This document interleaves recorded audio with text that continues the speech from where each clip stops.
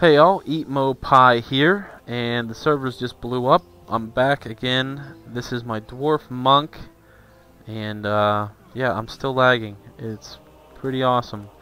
Everything is broken right now. It's just laggy. My poor gnome monk that I leveled from level 1 is now 87. Is stuck in loading screen limbo for the last 2 full days. It just is a real bummer. But I want to do a quick video just to explain the Windwalker DPS spec briefly. I've seen a lot of videos going over the skills, and everybody knows the skills, but I want to talk about how to use the skills properly to maximize your damage, to maximize your PvP ability, and so I'm going to do that as quick as I can because I don't know how long the servers are going to be up. And I've been trying to make this video for about 3 weeks. It just, you know, I get a bunch of footage. The last time I did it, it ended up being an hour long, and I lost 80% of it to a blue screen because that's what happens out in the country when your house gets struck by lightning. Anyway, so let's go. Monks, they are mobile. They're very, very mobile. You can see I got the rolls. I got the flying serpent kick, which you saw was a drop. If you hit it a second time before you hit your 50-yard limit, it drops you down, and you do a little AoE slow. Now, Windwalker spec is probably the most mobile spec in the game right now. I can't think of a class that can move as well. Here's another ability that helps you move. Transcendence. It's a level 87 skill, and it is almost exactly like the Warlock teleport. You drop down your little spirit image, and then you have a transfer spell. It's a 40-yard range, a 25-second cooldown, and here's what it looks like. It's very handy for carrying a flag, or just PvP in general, or getting out of the fire, like fights like Ragnaros. I can imagine it'd be very useful. Now you can see it switches where your image goes. So from wherever you hit your transfer spell from is where it's going to transfer you the next time that you use it. So, like so. But very neat little spell. Okay, monk resources. They have energy and they have chi. They use energy to attack or heal to build chi, which is used for their bigger, better attacks. The thing that I would compare to most in live right now would be how a Ret Paladin has holy power. You know, they attack, they generate holy power, they use the holy power for their bigger attacks, or, you know, damaging abilities, DPS improving abilities, or heals. I can also use it for heals. So that's the closest thing. It's not really like a rogue where you're building combo points, and you know, the more combo points you have, the longer the duration or the harder you're going to hit. It is not like that. So holy power is definitely the most similar. Okay, weapons. Weapons for the monk. A Windwalker can dual wield or use a two-hander. Obviously, agility is their main stat, so you're basically stealing rogue gear and hunter and druid weapons. But they can use a staff or a polearm. I'm using a two-hander right now, and the reason is I've been PvPing a lot, and similar to how a frost DK feels, the two-hander is going to give you more upfront burst, and dual wielding is going to give you more sustained DPS over time, and it really feels that way with the Windwalker as well. Now they have a all monks have this, the Way of the Monk. It increases your auto attack damage increased by 40% when dual wielding, or your melee attack speed is increased by 40% when you have a two-hander. They try to balance it, but it still feels like two-handers doing more damage than dual wielding. And like I said, there's no add-ons yet, so I can't do DPS tests and prove it. but just from my experience, that's how it feels, and that's why I'm using a two-hander right now. Okay, a few of the skills. Let's talk about skills.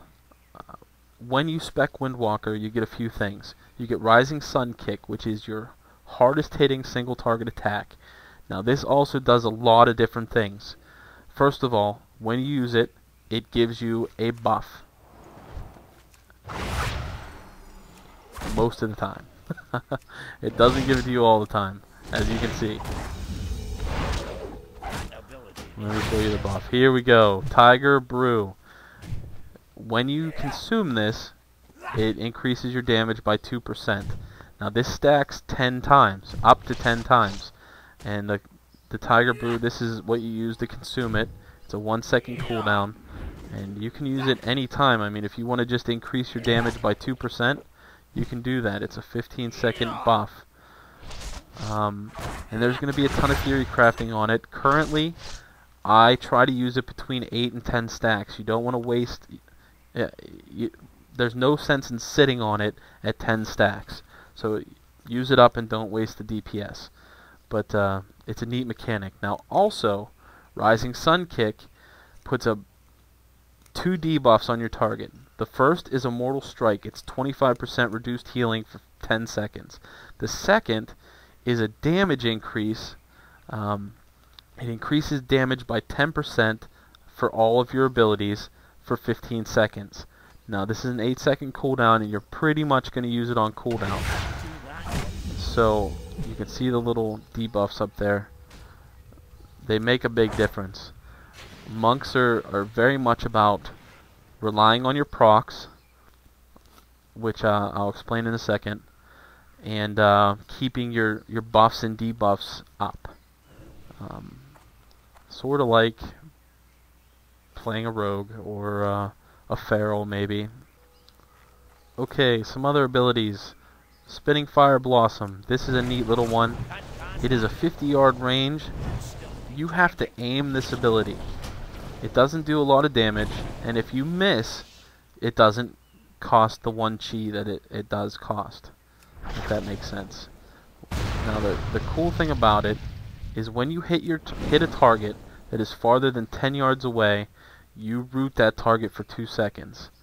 It is a great gap closer, especially when used in conjunction with your disable, which is very similar to a improved hamstring. You put this on, and your target is snared. It's a 15-second debuff, I guess you would call it. And as you can see, it continues to refresh. The way that it works is if you're farther than 10 yards away from your target, the disable goes off. It's counting down 9, 8, 7, 6, blah blah blah. Once you get within 10 yards again, completely refreshed. This is monks were having a lot of trouble closing gaps. They're being kited all over the place. This fixes that problem. This is actually maybe a bit overpowered. Now if you use this again, which apparently I can't right now because sometimes that happens, you get the more powerful spell debuff. But if I use it twice right away, it does work, and I root the target for 8 seconds. Fairly overpowered. Very useful. That's the very first attack that I use when I start a PvP fight. So you've got to get your slow on, or else you're just going to get kited everywhere. And if somebody's out of range, you can just hit them with your snare, your root, and get them again with your disable. So it's a nice little combo, and it's one that everybody is going to have to practice. Now there is a glyph for Spinning Fire Blossom that makes it so you never miss. It hits your target no matter what, but it removes the root. So it's a PVE only type thing. I can see you using that if you were on the move in a fight, I don't know, like Ragnaros or something like that, where you got it almost, you pretty much have to stop DPS to move out of the fire. But and you could at least do a little DPS by spamming your Spinning Fire Blossom, which is difficult to aim with, so it might not be a bad idea to have that when you're raiding, but other than that, I wouldn't ever use that glyph.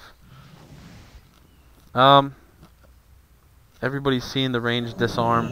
This is all monks get this skill. It's a ranged disarm. That's it. Monks get a kick. If you hit the target while they're casting, it will silence that school for 5 seconds. The problem with this is it's a 25-second cooldown, which it was higher. They reduced it, but it costs 30 energy, and I think that's too much. But you know, whatever. It's a kick, and they need it. Now somehow I got sidetracked into talking about things I didn't really want to talk about, but an important thing that you get when you go Windwalker is Touch of Karma, and what this is the best oh shit button ever. It costs 2 chi. It's a melee ranged buff, I guess you'd call it, but there's a glyph that gives you a 20-yard range on it. 1.5 minute cooldown, and what it does is reflects all damage done to you for 10 seconds to the target. So this is something that if you are about to be blown up by a caster, or you see a paladin blow his wings, all you have to do is Touch of Karma, big red bubble. If you've seen the PvP videos, you've seen it, and all of the damage that they're doing to you up to a maximum of your total health, which is probably not going to happen, and it doesn't always work. But once they get it working properly, it's going to be amazing, and you know, they're going to eat all the damage that they're doing to you. I don't think it's dispellable either. I haven't had it dispelled. So anyway, that's a big one. I'm not going over the rest of the cooldowns. There are other cooldowns. Diffuse Magic, you can pause it and read it. Zen Meditation, everybody's seen it. There you go. I'm not going to talk about it. It's awesome, but anyway. Okay, as far as rotation goes, like I said, ideally you want to go into every fight with 4 chi. It's possible. It's not always going to happen, but it's definitely possible. Expel Harm generates 2 chi. It's usable out of combat. Spinning Crane Kick generates 1. It's usable out of combat. And Jab obviously is for when you're in combat. Jab does more damage than Expel Harm. So, and it, I want to say it does more single target damage than Spinning Crane Kick. So it's your main chi builder. But if you do need a heal, then Expel Harm is great. But most of the time you're going to be using Jab to generate your chi. Now the last thing I want to talk about is your mastery as a Windwalker. Combo Breaker. Best name for mastery I've seen so far.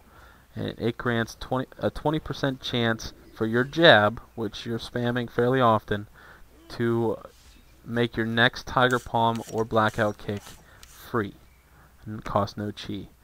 Now, when it procs, that's pretty much the only time you're going to use Blackout Kick as a Windwalker, because right now it costs 2 chi, and it does a very small amount more damage than Tiger Palm. But you can use 2 Tiger Palms for every Blackout Kick, so there is no sense in ever using it in its current state,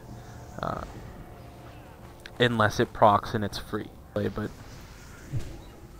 here, let me show you. Let me try and get a proc. There you go. First proc is a Blackout Kick. Now you could get a double proc. I've had it many times, but there's no rhyme or reason to how the procs happen. And sometimes you'll go a while without it, and that's why I think mastery is going to be your most important secondary stat, because of the procs. Because your max DPS is going to come from getting a lot of procs. So those are things you're looking for. Basically, here's how your priority list is going to look. Rising Sun Kick above everything else. This increases all of your damage done to the target. This reduces the healing done to the target. This is building your stacks of Tiger Brew. Use it every single time, always. First attack, every chance you get, use it. It's a big DPS ability. Next, keep your Tiger Palm stacks up. 15% armor penetration is a huge DPS increase. You watch Jab with 5%, 7k. Now watch Jab, 9k. That's 10%. Now Jab again, it's still 9k. There, 17k on a crit. It makes a big difference. 109k blackout, or Rising Sun kick. As you can see, it does a lot of damage. And it does a lot more. It didn't even have the debuff on it that time. And I didn't use Tiger's Brew. So, as you can see, it's very important to keep your stacks of buffs and debuffs up. The next thing is Fists of Fury. I try to use Fists of Fury on cooldown as long as all of my buffs are up. Buffs and debuffs. It feels like it's a DPS increase, even though you're channeling. Let me show you what it looks like. You get your buffs up, and then you channel it. 50k, 50k. Those are crits, obviously. It doesn't always crit like that, but it feels like a DPS increase. Get a proc, use your proc. And, one other thing I'm going to talk about is Zen Sphere. This is a talent, and it's a heal over time, and it does damage to your target. You can see it does about the same as it heals me for. And it's very low on my priority list, but I do use it. And the reason I use it, well, especially for PvP, but is if I have all of my buffs up, I have 20 seconds left on my Tiger Palm, and I have the chi to use it, then why not use it? It's going to heal me, and it's going to do damage over time. Also, when you if you have it on and then use it again, it eats the buff. It does a bigger heal, which sometimes can crit for over 50k, and it heals everything around you and damages everything around you. So it's it's just an awesome ability. So my hit and expertise is terrible right now, so I'm going to show you my real rotation on this dummy, and you can just get an idea of it, what it looks like when you actually are killing something. And like I said, you want to try. If you have the ability to start with 4 chi, then you should definitely do it. One thing I didn't talk about was AoE rotation, and it's very simple. You want to try and get your buffs up. It makes a difference. And spinning crane kick while Fist of Fury is on cooldown, and that is it. Now I have leg sweep, and I use that fairly often because it's a AoE stun, but that's it for AoE rotation. There is nothing to it. Okay, here we go. This is a full speed rotation. Let's see what it looks like.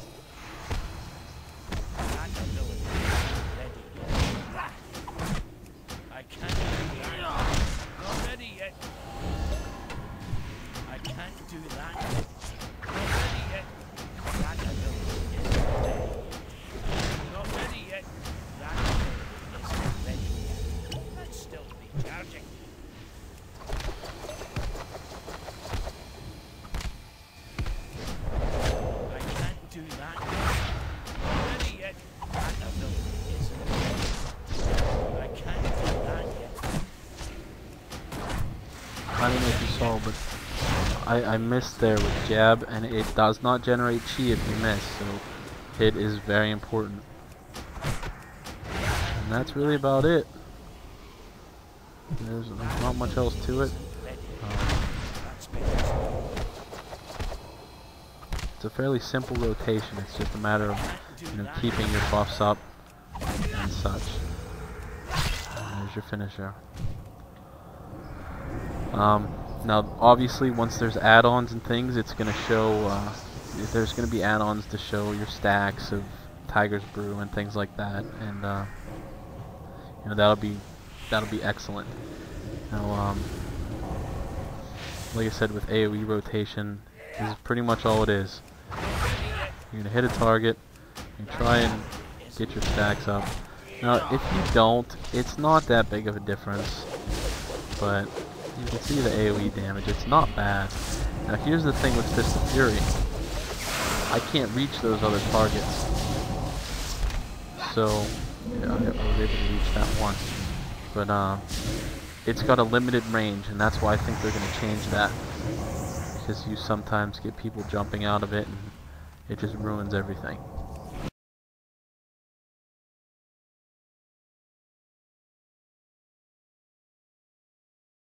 Okay, I'm going to pretend this little skull over here is a PvP target. And this is what I'll do to him. Slow him.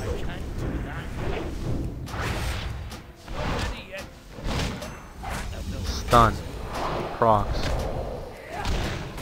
Fists of Fury. And most people are going to be dead after that.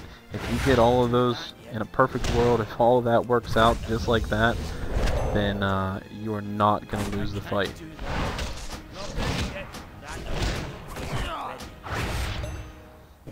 And that's it for the Windwalker DPS guide. Thank you for watching. This is Eatmo Pie. Hopefully I've been informative and entertaining. If you have any questions regarding Mists of Pandaria or the Monk class, please leave a comment below. Let me know. Let me know what you want to see, and I'll do my best to get it out to you as long as it is something that interests me, because I am selfish like that. Anyway, thanks for watching. I'll see ya.